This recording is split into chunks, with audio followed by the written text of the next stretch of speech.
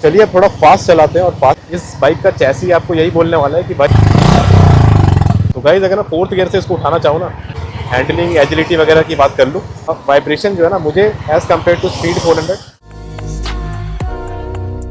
So hello guys, welcome back to my YouTube channel Romik Road. तो आज हम आ गए हैं होंडा के शोरूम में, Honda big wing east Pune. तो ये शोरूम बंड गार्डन में है, ढोले पाटिल रोड में है, और यहाँ पे होंडा की सारी बाइक्स अवेलेबल है।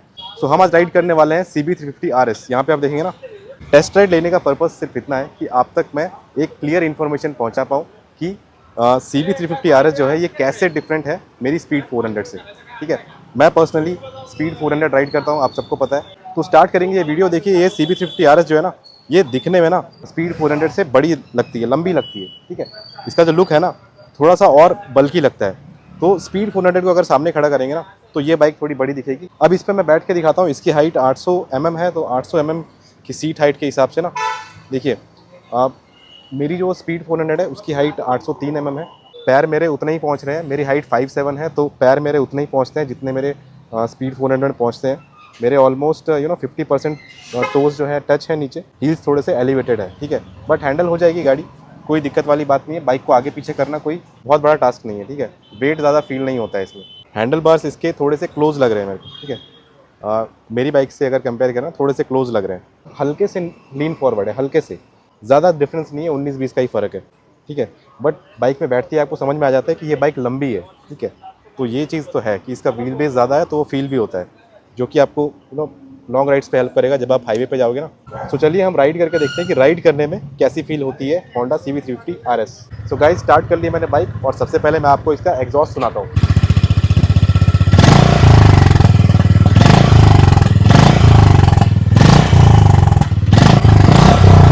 चलिए फर्स्ट गियर लगा लिया है, और फर्स्ट गियर लगाते ही सो गाइस ये जो है ना, पिकअप की अगर मैं बात कर लूँ ना, तो पिकअप इस बाइक का अच्छा है। ठीक है, वो जो ब्लास्टिंग पिकअप जो होता है ना, जैसा स्पीड 400 का है वैसा नहीं है, लेकिन पिकअप इसका शानदार है। देखिए मैं सेकंड गियर पे भी अगर इसको थ्रॉटल दूँ तो एग्जॉस्ट का साउंड काफ़ी अच्छा आता है। साउंड एग्जॉस्ट का काफ़ी थम्पी है, काफ़ी बढ़िया है। अभी मैंने फर्स्ट गियर पे कर लिया, अगर मैं पिकअप लूँ अभी,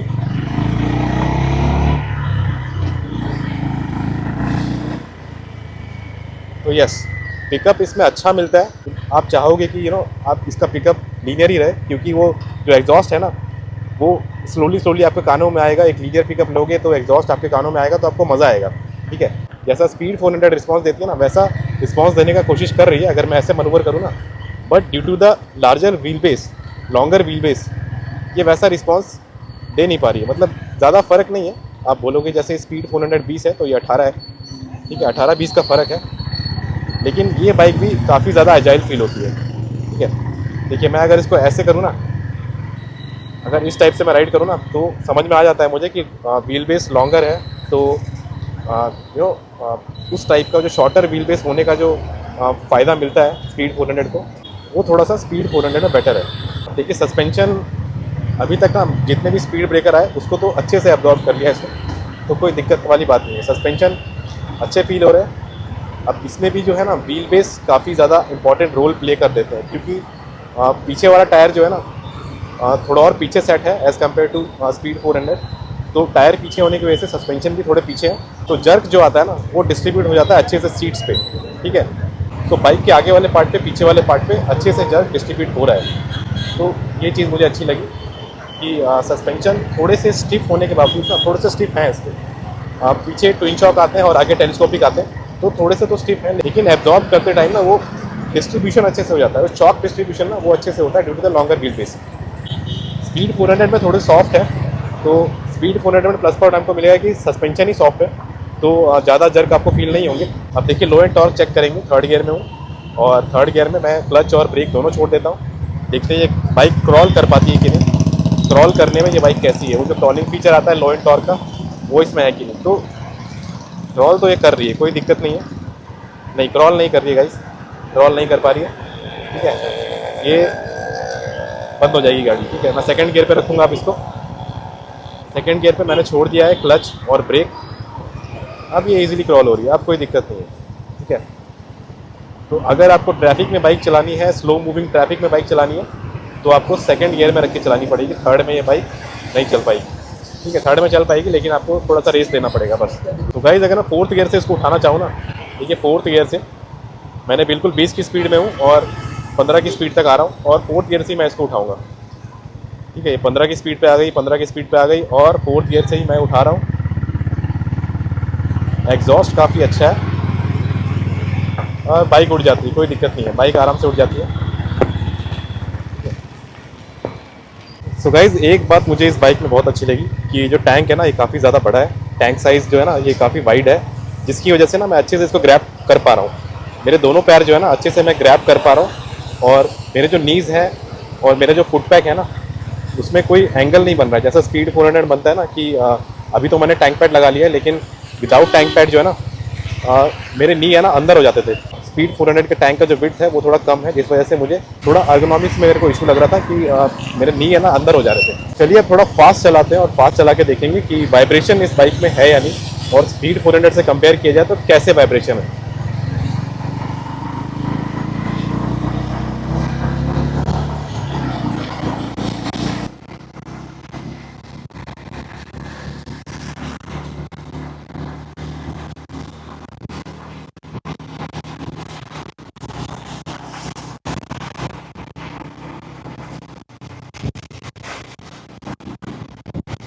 तो गाइस थोड़ी देर मैंने इस बाइक को थोड़ा फास्ट चला के देखा, तो वो मुझे समझ में आ गया, थोड़ी देर में मुझे समझ में आ गया कि इसका गियर रेशियो जो है ना, इसका गियर बैंड जो है ना, वो काफ़ी ज़्यादा लंबा है। जो बोलते हैं ना कि हर गियर में कितना लिमिटर होता है, तो इसका लिमिट जो है ना वो काफ़ी ज़्यादा बड़ा है as compare to speed 400। Speed 400 में 6 गियर आते हैं, इसमें 5 गियर आते हैं, बट ये 5 जो है ना ये एनफ है, क्योंकि इसका गियरिंग टॉल है। अब वाइब्रेशन जो है ना मुझे एज़ कम्पेयर टू स्पीड 400 मुझे कम लगे। ठीक है, वाइब्रेशन इस बाइक में कम है। होंडा की जो कोई भी बाइक आप ले लो, हाइनस ले लो, चाहे आप उनकी CB350 ले लो, या फिर CB300R ले लो, कोई भी बाइक ले लो, वाइब्रेशन आपको कम ही मिलने वाले हैं। इस बाइक में ना स्पीड 400 से कम वाइब्रेशन है, चाहे आप स्लो स्पीड पे चलाओ, फर्स्ट सेकंड गियर पे चलाओ, चाहे आप हाई स्पीड पे चलाओ। ठीक है, स्पीड 400 में एक प्लस पॉइंट मिल जाता है कि आप उसका टॉप स्पीड आपको ज़्यादा मिल जाता है। मैंने स्पीड 400 145 तक भगाई हुई है, 145 के ऊपर भी जाती है वो बाइक। ठीक है, तो जो 100+ वाला जो बैंड है ना, 100+ वाला बैंड आपको स्पीड 400 में ज़्यादा बेटर मिलेगा।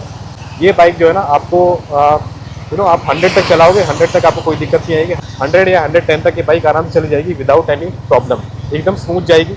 110 पे भी ये बाइक अच्छे से स्मूथली क्रूज करेगी। ठीक है, तो वो स्मूथनेस वाला फैक्टर हाई स्पीड पे भी बरकरार रहेगा। 100-110 पे आपको अच्छा खासा स्मूथनेस मिलेगा। स्पीड 400 में क्या होता है ना कि वो जो 80 to 100 वाला बैंड है ना, उस बैंड में आपको वाइब्रेशन मिलेंगे, आपके राइट फुट पैक पे ना वो हल्के हल्के वाइब्रेशन आपको मिलेंगे, इसमें आपको नहीं मिलेंगे। और जैसे ही आप 100+ चले जाओगे स्पीड 400 में, तो 100 से ऊपर जाओगे तो वाइब्रेशन थोड़े कम होने लग जाते हैं, और इंजन थोड़ा अच्छा बिहेव करने लग जाता है, थोड़ा और रिफाइंड बिहेव करने लग जाता है। अब ये हो सकता है क्योंकि उसका टॉर्क डिस्ट्रीब्यूशन और पावर डिस्ट्रीब्यूशन जो है उस तरीके से रखा गया है कि हाई स्पीड पे अच्छा परफॉर्मेंस दे। कंक्लूजन यही है कि अगर आपको 100-110 तक क्रूज करना है, तो होंडा आपको स्मूथनेस में, तो होंडा आपको वाइब्रेशन नहीं देने वाला है, बिल्कुल वाइब्रेशन नहीं देने वाला है। वेरा स्पीड 400 आपको थोड़ा सा वाइब्रेशन देगा, 100 तक, 80-100 के बैंड पे देगा, उसके बाद आपको नहीं देगा। ठीक है, तो गाइस पावर और टॉर्क के मामले में स्पीड 400 ज़्यादा फिगर्स आपको प्रोवाइड करती है। ठीक है, 40 PS का पावर है और 37 Nm का टॉर्क मिलता है स्पीड 400 में, और इसमें आपको 20 PS का पावर मिलता है और 30 Nm का टॉर्क मिलता है। ठीक है, तो ऑन पेपर भी ये चीज़ है और चलाने में भी आपको फील होता है कि पावर और टॉर्क जो है स्पीड 400 का बेटर है। तो सिटी में आपको कोई दिक्कत नहीं होने वाली, सिटी में इस बाइक में आपको कोई भी दिक्कत नहीं होने वाली, काफ़ी ज़्यादा स्मूथ चलती है बाइक। और देखिए एजिलिटी की अगर बात करूँ ना, हैंडलिंग एजिलिटी वगैरह की बात कर लूँ, तो इस बाइक की हैंडलिंग वही मैंने बताया कि भाई 18-20 का फ़र्क है, तो थोड़ी सी हैवी लगने वाली है बाइक। ठीक है, हल्की सी आपको ये बाइक हैवी लगने वाली है। क्यों लगने वाली है? क्योंकि इसका व्हील बेस ज़्यादा है, दैट्स इट, और कोई रीज़न नहीं है। तो व्हील बेस ज़्यादा है, तो अगर आप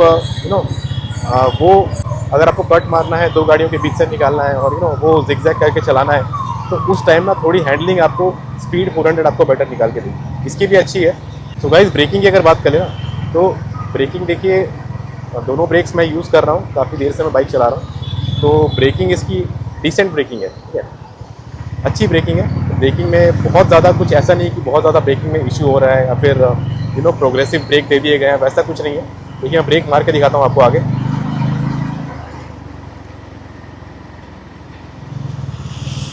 देख रहे हो, तो ये ब्रेक्स अच्छे हैं, बाइक रुक जाती है। देखिए टायर भी स्किड नहीं हुए, अभी बारिश हो रही है फिर भी टायर इतने ज़्यादा स्किड नहीं हो रहे। मुझे फील हो रहा है कि टायर की क्वालिटी अच्छी है। अब स्पीड 400 से अगर कंपेयर किया जाए तो स्पीड 400 के टायर ना थोड़े से आपको अच्छे मिलेंगे, ठीक है, हल्के से आपको अच्छे मिलेंगे। वही 19-20 का फ़र्क है। इसमें MRF के आते हैं और स्पीड 400 में आपको पेडेस्टीन के आते हैं, ठीक है। तो मुझे तो बहुत ज़्यादा कुछ डिफ़िकल्टी नहीं हो रही है, ऐसा नहीं लग रहा है कि टायर्स स्किड हो जाएंगे या फिर मैं जब ब्रेक लगा रहा हूँ ना, ये जो मैं इमरजेंसी ब्रेकिंग लगा रहा हूँ, देखिए पीछे कोई नहीं आ रहा, और ये देखिए ये सब जो ब्रेकिंग लगा रहा हूँ तो मुझे ऐसा फील नहीं हो रहा है कि टायर में कुछ प्रॉब्लम है। तो टायर के ग्रिप भी अच्छे हैं और मुझे ऐसा मन कर रहा है ना, देखिए मैं अपना फीलिंग बताता हूँ, मुझे ऐसा मन कर रहा हूँ कि मैं इस बाइक को सीधा चलाऊँ, स्ट्रेट चलाऊँ, ठीक है, स्ट्रेट चलाने का मन कर रहा है। मुझे ऐसा नहीं लग रहा है कि मैं इस बाइक को बहुत ज़्यादा मनूवर करूँ या फिर दो गाड़ियों के बीच से निकालूँ या फिर कट मार के जिगजैग करके निकालूँ, वैसा मन नहीं कर रहा है मेरे को, ठीक है। इस बाइक का चैसी आपको यही बोलने वाला है कि भाई एकदम स्ट्रेट चलाओ, स्ट्रेट चलाने में मज़ा आएगा आपको, जो कि मज़ा आ रहा है, ठीक है। तो इसका एग्जॉस्ट काफ़ी अच्छा है, काफ़ी लाउड है, तो चलाने में आपको काफ़ी ज़्यादा मज़ा आएगा, ठीक है। सस्पेंशन इसके अच्छे हैं। देखिए सेकंड गियर में ये बाइक निकल जाती है कहीं से भी आपको ऐसा नहीं लगता कि फर्स्ट गियर लगाने की ज़रूरत है, ठीक है। और जब ये बाइक निकलती है ना तो एग्जॉस्ट का बहुत तगड़ा साउंड आता है, जो कि सुनने में काफ़ी अच्छा लगता है।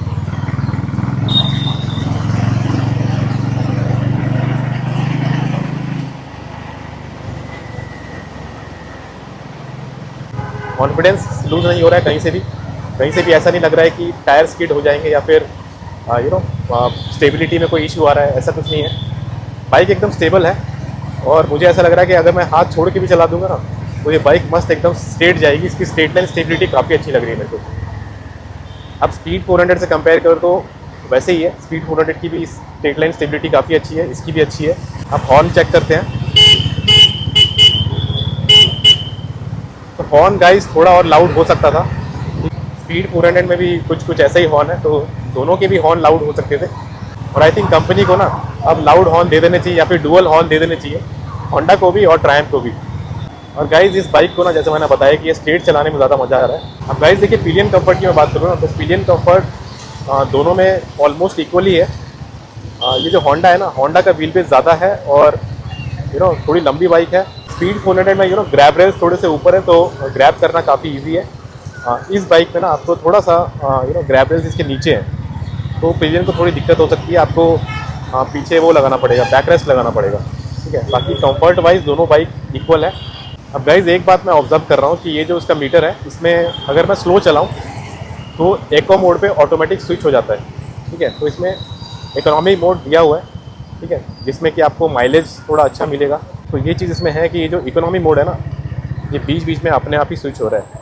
हैंडल बार थोड़ा सा मुझे हैवी फील होता है इसमें। अभी मैं स्पीड 400 चला के आ रहा हूँ तो हैंडल बार हल्का सा मुझे इसमें हैवी फील होता है, तो मेरा मन कर रहा है कि मैं स्ट्रेट चलाऊँ सीधा।